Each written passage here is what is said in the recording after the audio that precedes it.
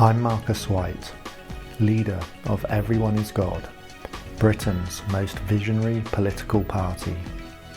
I want to solve every problem in Britain, and I want to see everyone fulfilled. This is a podcast of hard questions. See me cross-examined. Do I have the answers? Do I really have a plan that works? Ask your questions and decide for yourself. Good afternoon, good people. You're watching the Everyone is God political podcast. I am joined with two guests today. Introduce yourself, guys. Let's start with the lovely lady. Hi, I'm Rosie Morell, and I'm ambassador of Everyone is God political party. And shall I talk about my role, or? Well, we'll get on to that. I'm Marcus White, leader of Everyone is God, Britain's most visionary political party. Okay, and we have an interesting show. Obviously, when I first met you guys were talking about sex positive party, and I was like, what are these guys on about? Do they really have the answers to all the problems? Can they really solve everything? Let's kick straight off with this, guys, if you don't mind. Marcus, you're the leader of the party. Rosie, what is your role? So, like I just said, I'm ambassador for human relations. But I am also a sex and relationship therapist and a sexual performer. So that means I'm a sex worker. I've got a degree in psychology, and I used to teach A-level psychology. And my role in the party is linking everything to do with what plays out in human life and politics. So it's our psychology, our family life, and our sex life. These are all things that we are doing every single day. And my role in the party is to merge all of that together, and politics, because so many people are disconnected from that aspect of politics sometimes. Okay, interesting. And Marcus, is sex relevant to politics? Well, it's an interesting question. We believe it's highly relevant, and I want to very quickly try and explain why that is. So the first thing is that you can't resolve the political problems we have unless you resolve human nature first. Politics is not driven by politics, it's driven by human beings. And human beings are driven by their psychology, and at the root of psychology is sex. So unless we link up this chain from sex through psychology and into politics, unless we make that link, we're never going to solve the problems we have, because we're going to be driven by things we don't understand, and we're going to make these decisions that are imbalanced. So sex is our primary driving force. The force to procreate is the primary driving force throughout humanity, and obviously through all of life, and it deeply drives us through all aspects of our life. It drives us to seek power, because alpha males seek power so that they'll be able to mate with the females. This is the way it works from an evolutionary point of view. So politicians are inherently driven by sex, whether they realize it or not. It's the primary driving force in their political ambitions. And, I want to give a very extreme example of this to try and show how relevant this is. So consider Trump's decision to go to war with Iran. Now, the reason he's doing that from a psychological perspective, an aspect of this is that he's trying to demonstrate power. Why is he trying to demonstrate power? Well, because this attracts females. And this is how it goes straight back to sex. So sex is a primary driving force in males' decisions to demonstrate power. It's an absolutely primary force in these decisions. And unless we unravel all of this and we start to understand how sex and psychology plays out in politics, we're never going to unravel these decisions and understand whether, these are good decisions or not, because we'll be blindly driven by our instincts. So this whole psychology is crucial to understand. And, it runs through all our relationships, not just our political ones, it runs through our romantic ones, our working relationships, all aspects of life. There's this underlying force driving it of sex and psychology. So we believe it's absolutely central. It's the key to unlock the decisions we make and how we run the world. Oh, we've got a question come in. Okay. Thank you, Nigel Shayla. He says, hi, Rosie. Marcus is a very lucky guy. Thanks, I'll tell him that. So, Rosie, as deputy leader and of the Everyone is God party, where do you think both Labour and Conservative... This is Viceroy. Where do you think both Labour and Conservative have most badly failed in Britain, and how would you approach to fix it? We're not here to criticise other parties, but as a general rule, one of the things we would say is that the parties don't go deep enough. If politics is to resolve the problems we've got and politicians are to do this, you've got to go deeper. And that's what we're about. And that's one of the reasons why we're talking about sex and psychology today, Exactly. because this is one of the areas where you have to go a lot deeper and start unpicking what's happening. So we like to talk about real fundamental truths as well, which a lot of politicians don't like to go to that level, and how actually we're all responsible for our life choices. And Marcus always says this: the government can't solve everyone's problems. Everyone needs to take responsibility for themselves. And if we want to take people on that journey of actually understanding themselves properly. And that is what my role is going into literally who you are as a person, because fundamentally, your relationship with yourself is the most important relationship you will ever have on this planet. Not your parents, not your children. It's your relationship with yourself. So if you manage that and understand yourself fully, all the relationships you have outside of yourself, your parents and your children, who are very important to you, will harness a good relationship with them.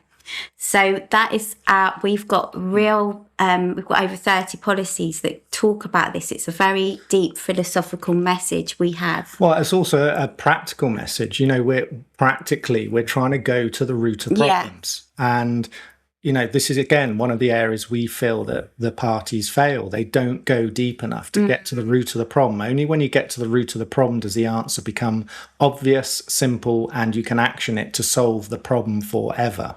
So, there's lots of things we would disagree with the other parties, but really we speak for ourselves and we don't want to be criticising the other parties all the time. Yeah, I mean, that's very interesting. I did tell you guys this was about sex and politics, and Marcus's party goes deep. Marcus goes deep. So let's move on, Marcus. I understand you guys have done a lot of research into this, because this is going to be fundamental. People are going to be challenging you on this stuff. You guys have done a lot of research on this. Can you tell us a little bit about the research that you've done? Yeah, so as I mentioned earlier, I've got background in psychology. I've got a postgraduate in secondary education. So I love research. I love understanding people. And today I've worked with over 1,000 male clients. So I've been a sexual performer and a sex therapist for nearly 7 years. And I've collected confidential, anonymous data on my clients. I work within the UK data protection laws. So I found this research very insightful about male sexual behaviour, but also female sexual behaviour, because I haven't worked with as many women, but I have worked with a good few women as well. And that actually helps us write our policies. Yeah. So what we've been doing with this data collection is, like Rosie said, she's a sex therapist and performer, and we've collected data on her clients, over 1,000 men. And what we do is, whatever interests and fetishes they present with, we just log them in categories. And one of the things this has shown is that human sexuality is really very outside the boundaries of what we say it should be and what the social norms are. Our sexual behavior and the things we're presented with by these clients who are from all walks of life, everything from the sort of the famous and the professionals right down to your everyday man, who works in whatever industry. So one of the things that's overwhelmingly obvious from our data is how diverse and how outside of human expectations our sexuality is. And all of this needs unraveling for the reasons I've explained. I explained that chain of how you come from sex through psychology and then into human behavior and politics. That whole chain, if we're to understand that, we've got to unravel human sexual behavior. And, our data is helping us do that, and it guides a lot of our thinking and policies. Okay. And some people might say, this isn't like, people have always had fetishes since the beginning of time. Some people might say, do we need to, is there any real need to sort of go down this line of stuff and have it as a fundamental part as your party as well, where you're speaking about some people will be that, we speak about some people are a little prudish when it comes to sex, especially in England. We're very prudish. We don't want to hear about it. Most recently, I think we spoke about it before, the Restore politician that got booted out because it found out that he was actually performing in the sexual industry. So it's demonized, this kind of behavior. Right. Yeah. Can I just say, because you're picking up, these people, all these sexual scandals, they're in politics, they're in all walks of life. This is immediately just one indicator of how powerfully sex drives people, because they're prepared to lose their entire career over it. Mm-hmm. That's how powerful it is. And as I explained with Trump, is demonstrating standard behavior that many leaders will demonstrate, this macho behavior to attract mates. This is, can you see how powerful this force is? We can't just ignore this and pretend it's not there. It is the primary driver of human beings. So unless we start acknowledging this and understanding it and educating around it, we're never going to resolve our behavior, because we'll be blindly driven by these instincts to make unbalanced decisions. So this is the chain we're trying to explain to people, and it's central in our politics. Yeah. Okay. Holly Jane, come on, be real. Why would any serious political party recruit sex workers as candidates instead of actual professionals with real skills? A harsh one, but... Oh, okay. Well, this is a good question, actually, and something that I'm quite passionate about. So, the sex industry as a whole has this stigma that it's not a real job. And I see that on so many comments. We've got people like Bonnie Blue and Lily Phillips, who are big names in the sex industry, and they do not represent the average sex worker. They push their things to the extreme, but they are still doing a proper job. They shouldn't. I've seen loads of really horrible comments written about them saying, "Oh, they don't even work. They just lay on their back." No, they still, yes, they've made it and they've done well for themselves.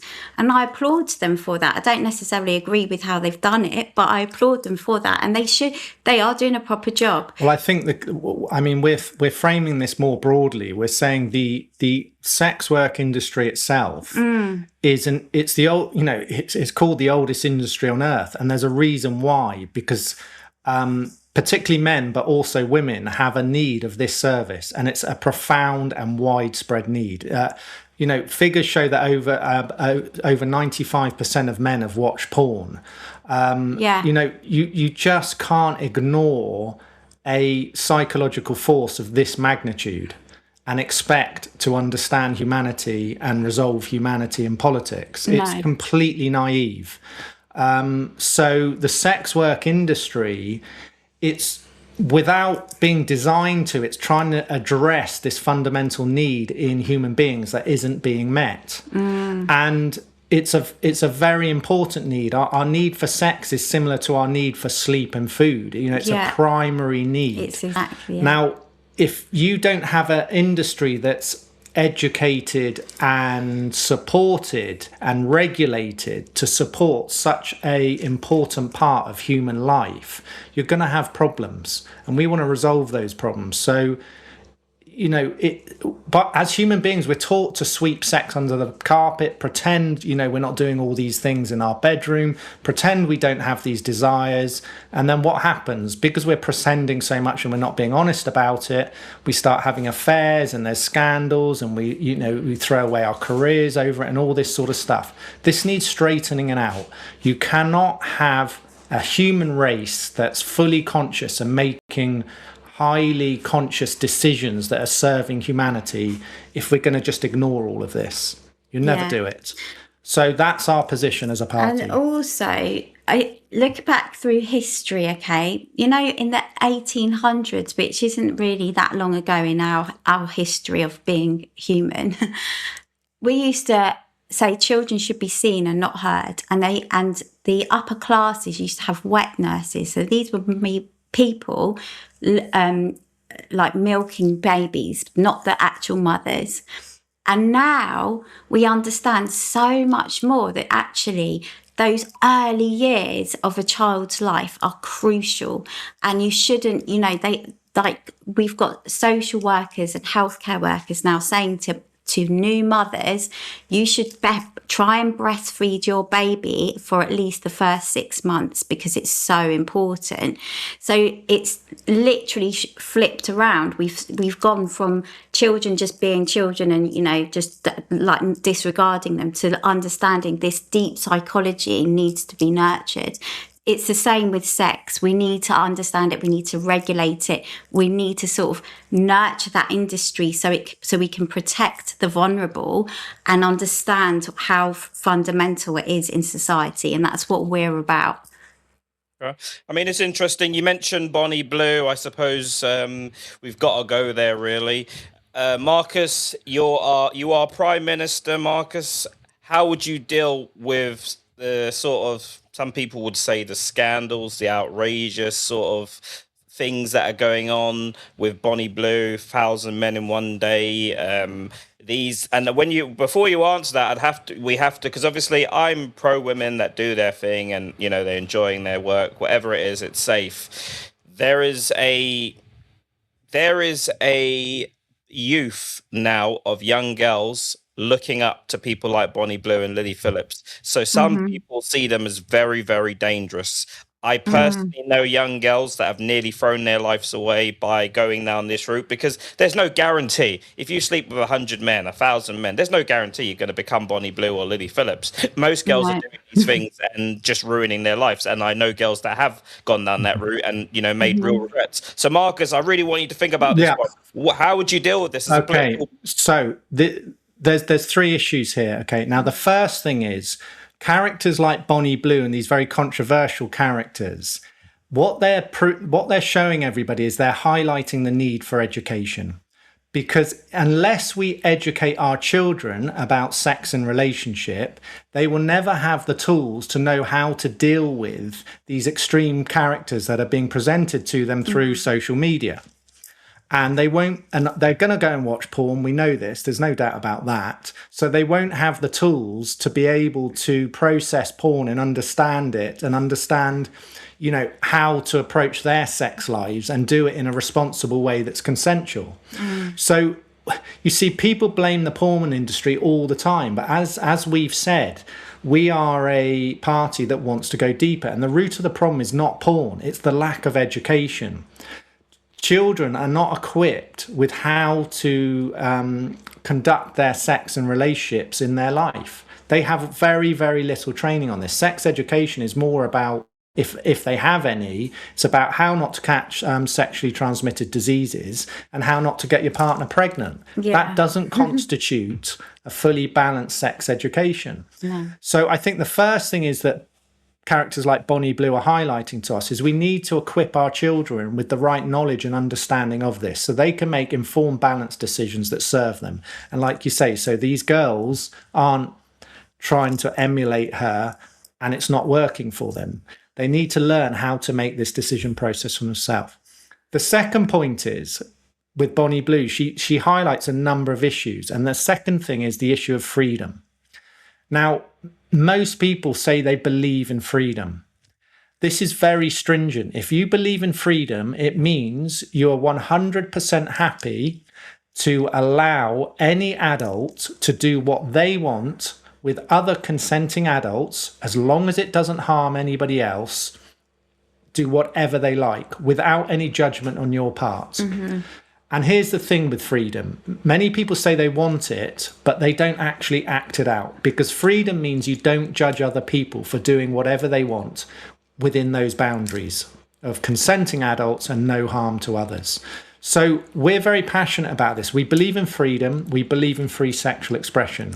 If somebody wants to sleep with 1,000 men in a day, that is between her and the 1,000 men. And if they're not harming anybody, they should be allowed to do that without any judgment. This is freedom. It's that simple. It's not for anybody else to judge what choices people make, as long as it's consenting adults and it's non-harmful to others. So I think that's the second point. Now, there's a third point where I feel Bonnie Blue has crossed a line. And that is, from what I understand on the media, she had an encounter. She slept with 400 men, unprotected sex, and became pregnant from this encounter. Now, there's an issue other than freedom here, and that is parenting. And we're very big on parenting. Now, in that setup, it appears, and I haven't spoken to Bonnie Blue. I don't know all the facts, but it appears that the father isn't going to be known and therefore probably won't be present to parent this child. Well, she did get. I did some research on this. So apparently she got the DNA samples of all of the men, and will contact them when she finds out when the baby's born. Well, okay, if that's the case, then fair enough. But our position's very simple. If a man and a woman conceive a child, it should always be with the understanding that they're both committed to parenting that child. For that child's upbringing, the entire upbringing, they're fully committed to that. And this is an area where we feel maybe Bonnie Blue's crossing a line. Yeah. We don't know the facts, but if there's no firm commitment on the part of the father to parent that child, then we would have a problem with that. Something I feel passionate about, I'm a sex worker, and I sort of understand what she's doing, but there's a lot, for me personally, she has crossed a line. She's pregnant and apparently having a golden shower instead of a baby shower, a golden shower while pregnant with, just to make porn, just to make something the next level, and all the understanding. And so I think she's probably a woman who does care, but she's just, I don't want to sound judgmental, but I think she's using her child, her unborn child, as a selling machine. And that is crossed the line for me. I'm like, if she was a man, would she be classed as a paedophile? Because she's literally pregnant, having random men urinate on her and then selling those videos. That is wrong. I personally, I feel a bit triggered about that. I think knowing Bonnie Blue, knowing the kind of stunts that she's pulled already, she's not ready to have a baby. I don't believe. I believe that she's owning, and to be honest with you, I think she even struggles. There's a sad story actually. That one of the reasons that actually sent her into the industry is that she had the perfect life, perfect everything, situation going on, relationship, job, partner, and then she wasn't able to conceive, and that really, there in that documentary that I watched, that was something where I saw a kind of different side to her.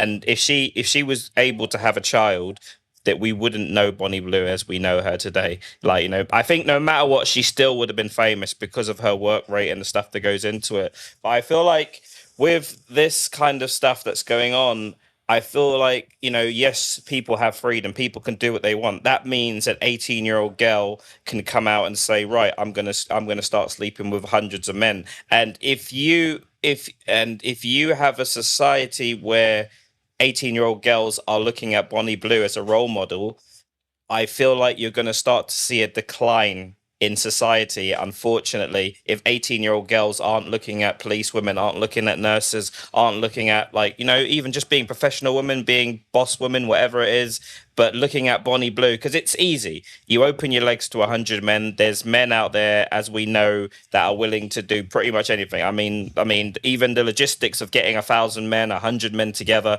to go and queue up in a line and actually sleep with them, that suggests that there's some mental health issues there with those guys, or they've gone off the edge. Well, But I disagree. It's not easy, Brad. Like, being a sex worker is not easy, and I know it looks easy, but I am emotionally, it might be easy for some women, but for me, I deeply care about every single man I've ever worked with. And I've worked with a lot of men on the webcam, and I get invested in them, and I want to help them. I want to deliver a very good show, a very good session. I'm very professional, and Marcus is my mentor, and he has helped me understand male psychology more than a book ever could.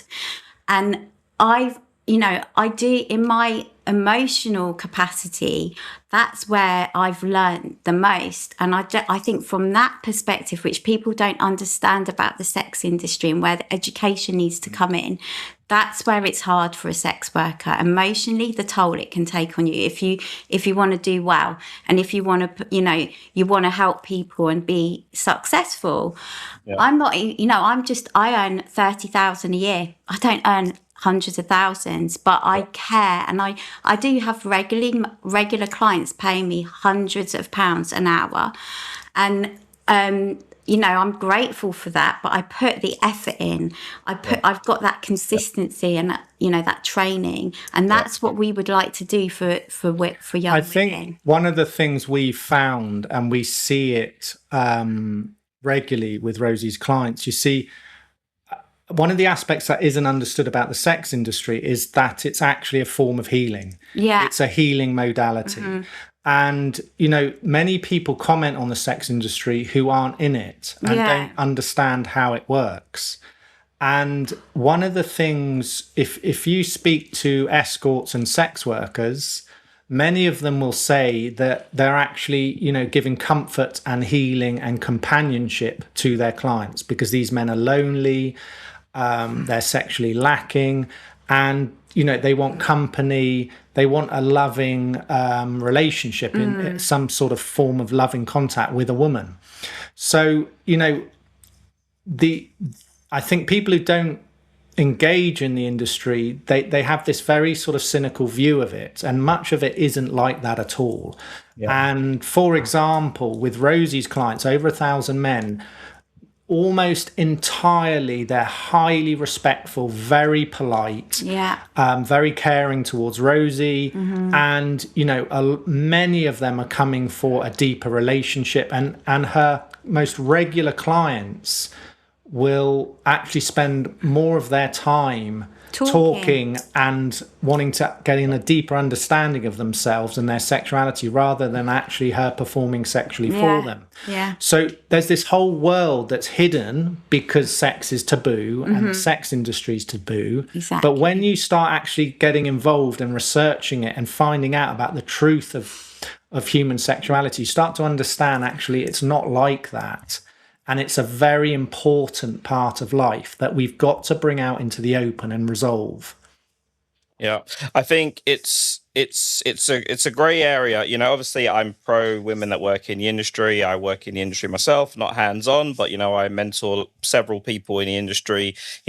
Lovely people. They work very hard. It's not easy. When I meant easy, I said the whole context of this was 18-year-old girls deciding that Bonnie Blue is their mentor and choosing to go down this route. And the reality of this situation is it's not that it's not easy. It's easy to find men. There are men that will go out and sleep with you for sure. That's not the issue here. The issue is, but it's not easy to earn 100 grand a year just by opening your legs. You've got to work at it in a certain way. That's what I meant. But my point is that with this ends up with pregnancy.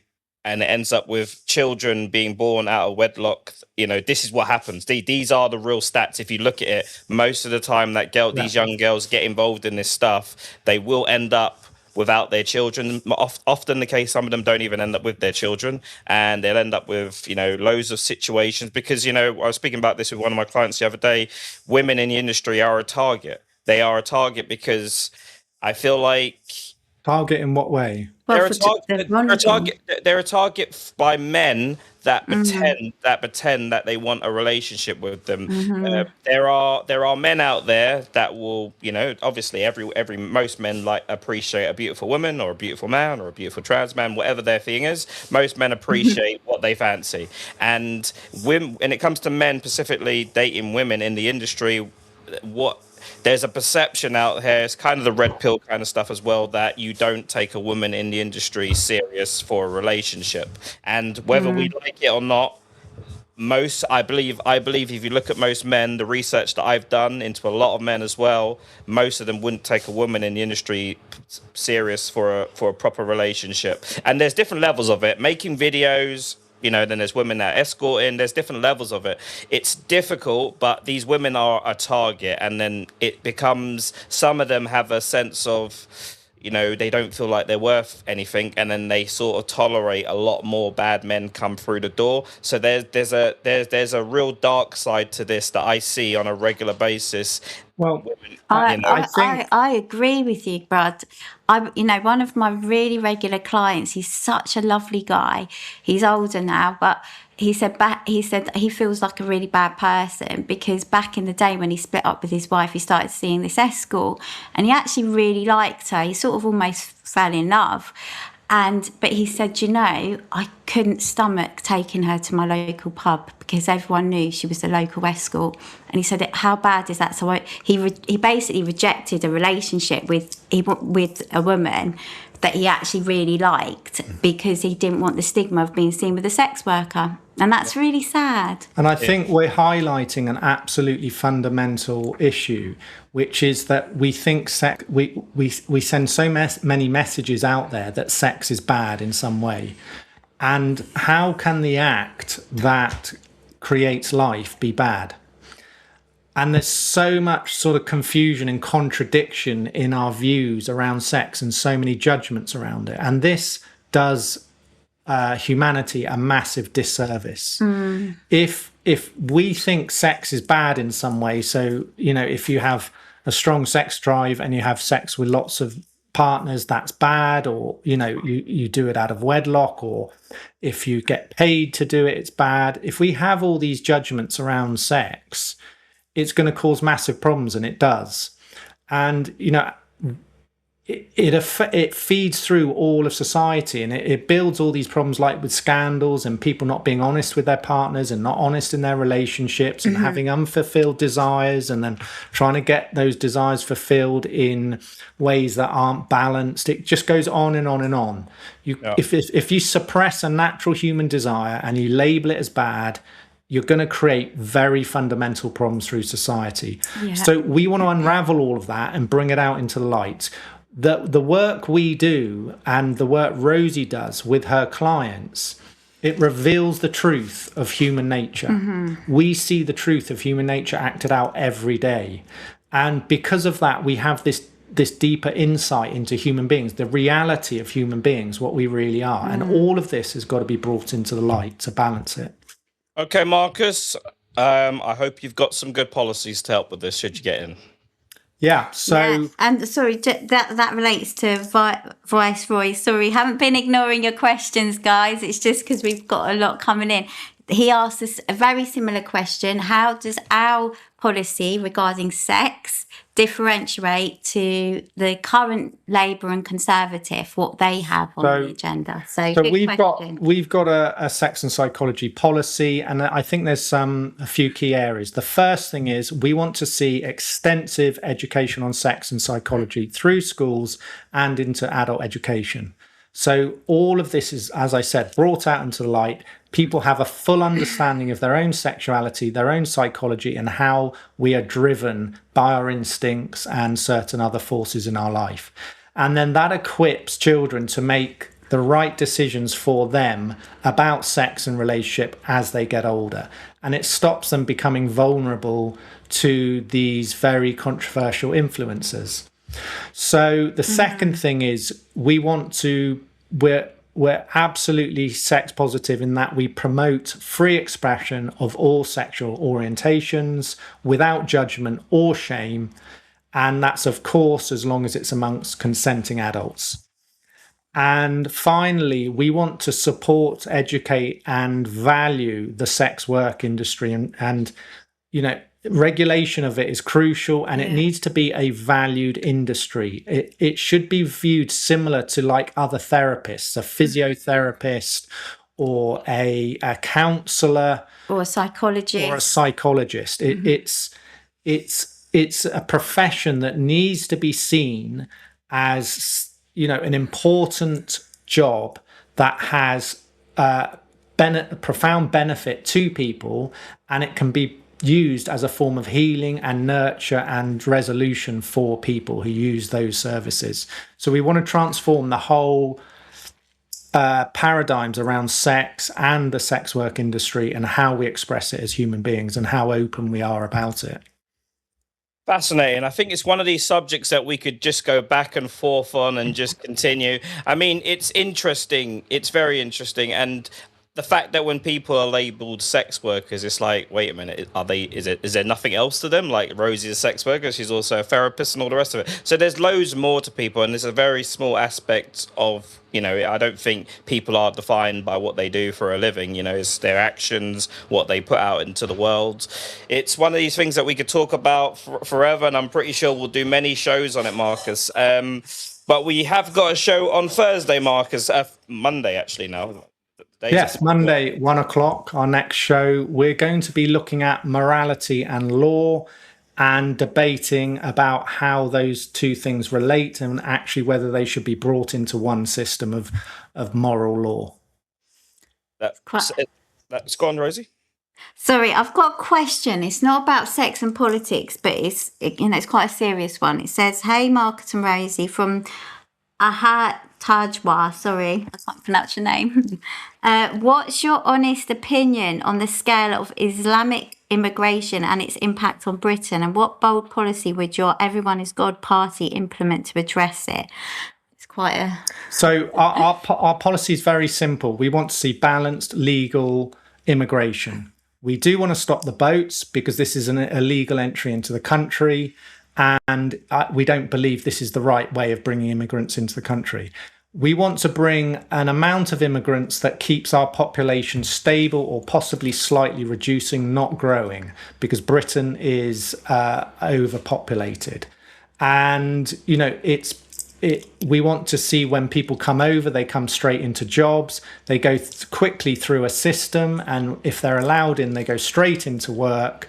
And everything's done straightforwardly. So there's no problems with people in hotels on the taxpayer. And we just have a balanced system. We're not against people coming into the country, but we can't flood Britain with refugees and such like. We can't solve this problem for the world. Yeah, I think that's a fair answer. I think, we are getting a lot of this sort of, I don't know what you want to call it. Islamophobia is probably how it's best described. There's a lot of people that feel that they don't even know. Most of the time they just see, unless you see someone praying, unless you see someone praying and they identify in the way Muslims pray or whatever, you don't know. I think we're seeing the dark. I don't know if it's the darker side of society, but we're seeing people that just don't like seeing the amount of brown and black faces. This is coming from Rupert Lowe himself, the amount of things that is coming out on social media with him, literally what he says, he is pushing it, and the people that are behind his party that are funding it. But this is one of those subjects, guys, that we can go this will be another time. Yeah, it's another topic. We'll have to do it. But guys, it's been amazing. We've got the lovely Marcus and the lovely Rosie Morel in here, and they've been talking about their sex positive party. The details are always on the videos, guys. You can go to their website, find out more about their policies. Marcus and Rosie, anything you want to say before we go? Well, remember, like we said, on Monday next week, 1 o'clock, we're doing morality and law and how they overlap. And I might be having more of an appearance on the podcast talking about all of the juicy topics around sex and politics, because it's deep. It's a deep issue. So, yeah, I'll see you, and not on Monday, but another time. Guys, thank you for joining us. We'll see you on Monday. Thank you everyone for watching. I'm Marcus White, leader of Everyone is God, Britain's most visionary political party. Subscribe to us on YouTube or visit our website if you would like to find out more and get involved.